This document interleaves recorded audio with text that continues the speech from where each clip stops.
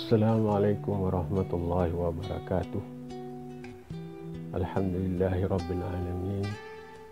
Wassalatu wassalamu ala asyrafil anbiya'i wal mursalin wa ala alihi wa sahbihi ajma'in.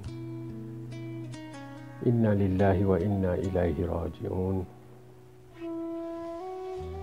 Gitanyo bangsa Aceh Ronyo termasuk anggota-anggota agama Mandung merasa hati dengan kagawo mure gitanyo Abu Sanusi bin Tengku Muhammad. Tanyo saban-saban tam doa semoga gudanya merempuk tempat sajan anbiya dan aulia, mendapat ampun disya beluah kubuh dan diterima oleh Allah Ta'ala segala amalan yang jeroh. Dan kita nyupi dan melakir ba Allah Ta'ala dan berdoa ba Allah Ta'ala supaya beri ketabahan hati kepada keluarga yang mentengudip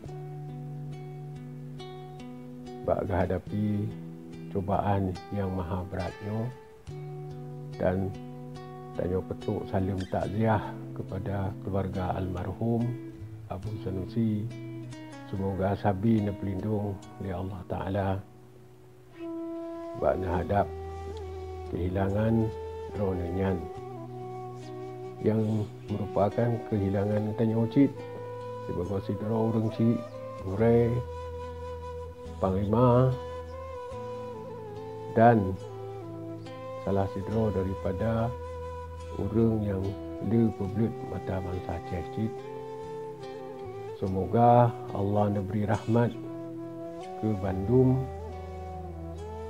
keluarga agaknya sabi-sabi, dan semoga gedanyo Bandung tak setet jejak langkah dan akan tak setet jejak langkah agaknya cik akan ke insya-Allah kerana nyo kematiannya nak ke sebuah rahsia Allah, dan semoga agaknya bertemu husnul khatimah.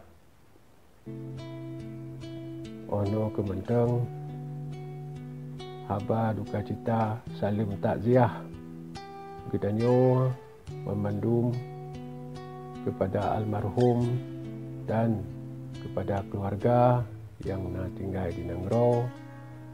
Mudah-mudahan tetap dalam doa semoga ruh gaknya dicuci rahmat oleh Allah Ta'ala.